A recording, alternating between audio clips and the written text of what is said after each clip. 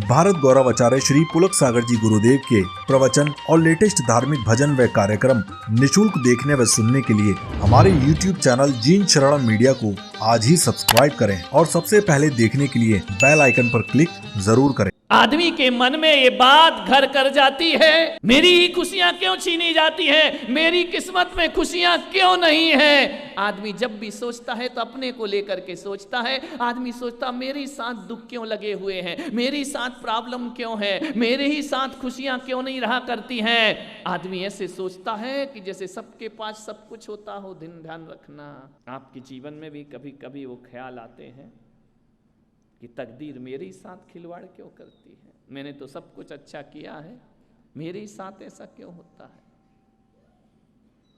दानवीर कर्ण समस्याओं से जूझते रहे जिंदगी भर। एक दिन उन्होंने नारायण श्री कृष्ण से पूछा एकांत में बैठ करके कि हे माधव, हे मधुसूदन, हे केशव, एक बात बताओ, मैं थक गया इस जिंदगी से, जब से पैदा हुआ हूं थक चुका समस्याओं से लड़ते लड़ते। एक बात बताओ केशव, मेरे क्या गलती है कि जन्म लेते ही मेरी मां ने मेरा परित्याग कर दिया। मेरी कौन सी गलती है कि द्रोणाचार्य जैसे गुरु ने मुझे शिक्षा से वंचित कर दिया। उन्होंने कहा कि तुम उच्च कुल के नहीं हो, हम तुम्हें शिक्षा नहीं दे सकते हैं।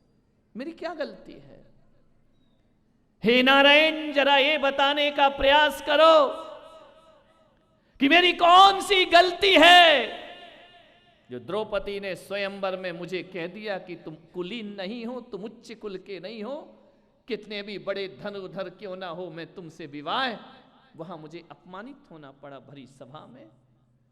नारायण, जरा इतना तो बता दो कि मैंने कौन सा अपराध किया है अपनी जिंदगी में कि भगवान परशुराम जैसे गुरु मिले और मैंने उनकी गुरु भक्ति में अपनी जंघा में कीड़ा को प्रवेश करा के रक्त की धार बहा दी कि मेरी गुरु की निद्रा भंग ना हो जाए। इतनी गुरु सेवा करने के बाद मुझे अभिशाप मिला करता है। मेरे गुरु परशुराम मुझे अभिशाप दिया करते हैं कि जाओ, जब तुम्हें विद्याओं की जरूरत पड़ेगी तब तुम भूल जाओगे। कृष्ण, मुझे बताओ नारायण, मेरे जीवन में इतनी समस्याएं क्यों हैं? मैंने कौन सा अपराध कर लिया है, मैंने कौन सा पाप कर लिया है? नारायण कृष्ण ने कहा कि कर्ण, घबराओ मत। दानवीर कर्ण, तुम्हारा हताश होना उचित नहीं है, तुम तो योद्धा हो, श्रेष्ठ धनुर्धर हो। नहीं केशव, इन बातों से मन को सुकून नहीं मिला करता है। मैंने क्या अपने जीवन में ऐसा किया है? नारायण कृष्ण ने कहा कि देखो कर्ण, मुझे देखो, तुम्हारी मां ने ही परित्याग नहीं किया। मेरी मां ने भी मुझे 12 बजे रात को मथुरा से निकालकर गोकुल में पहुंचा दिया था। मुझे भी तो पैदा होते ही अपने माता पिता को छोड़ना पड़ा। और तो और दानवीर कर्ण, जिस दिन से मेरी मां के गर्भ में मैं आया नहीं, उसके पहले से मेरी मृत्यु का षड्यंत्र रचा जाने लगा इस धरती पर। और तुम कहते हो कि मैंने कौन सा अपराध किया है।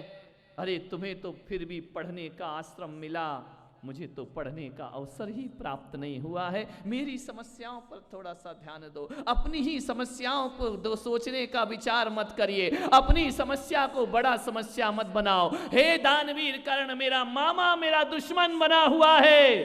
अरे मैं तो अभी बचपन में दूध पीना नहीं जानता था और मेरा मामा मेरे ऊपर मृत्यु के साए मंडराने को मजबूर कर दिया करता था। मुझे देखो ना, बचपन में पूतना मुझे जहर पिलाने आई है, मेरा कौन सा अपराध था?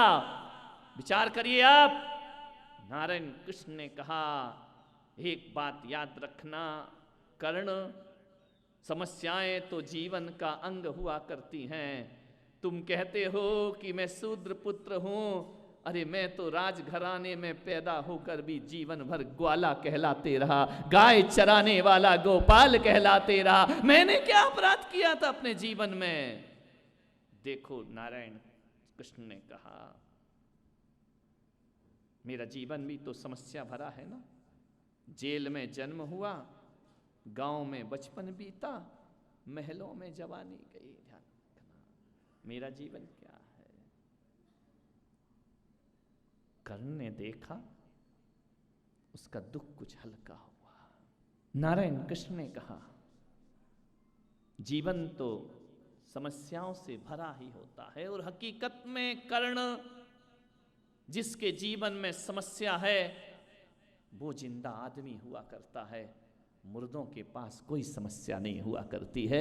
हमारे पास भी जीवन में बहुत सी समस्याएं हैं, मुर्दे के पास कोई समस्या नहीं होती है। मुर्दे को जलाने को ले जाओ तो मुर्दा तो ये भी नहीं पूछता है कि मुझे जला क्यों रहे हो, मुझे दफना क्यों रहे हो, क्यों मुझे पानी में बहाया जा रहा है। मुर्दा दिल वो इंसान हुआ करते हैं जिनके पास संघर्ष नहीं हुआ करते हैं। मुर्दा दिल वो आदमी होता है जिसके पास समस्या नहीं होती है। और मैं पुलक सागर आपको कहता हूं कि जिंदगी जिंदा दिली का नाम है, मुर्दा दिल क्या खाक जिया करते हैं। ध्यान रखिए, जिंदा दिली के साथ जीवन जियो, पूरा जीवंत होकर के जियो।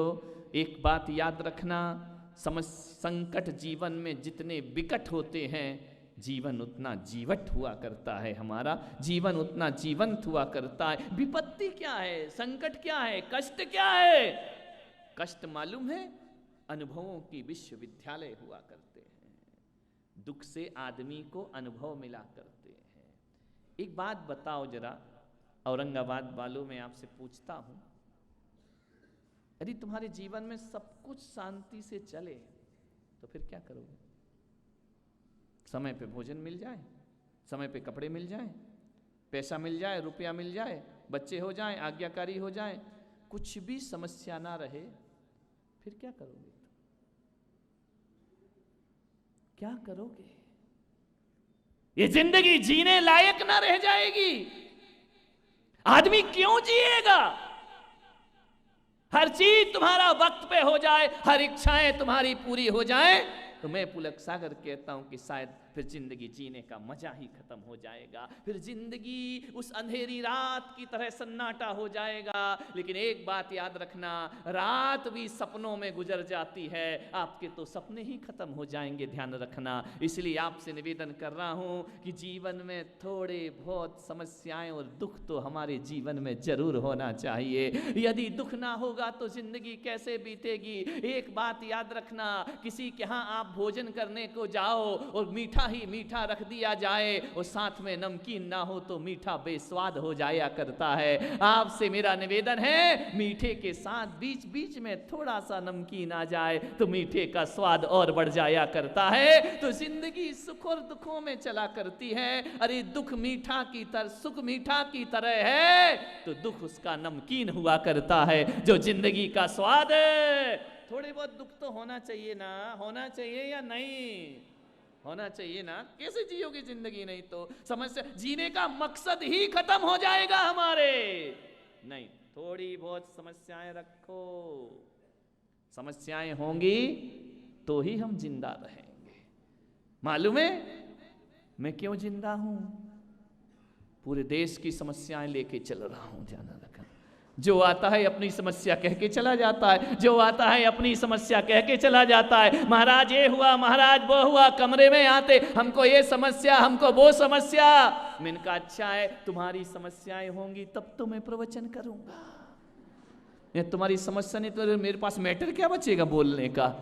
थोड़ी बहुत समस्याएं पाल के रखो, समस्याओं से घबराओ मत।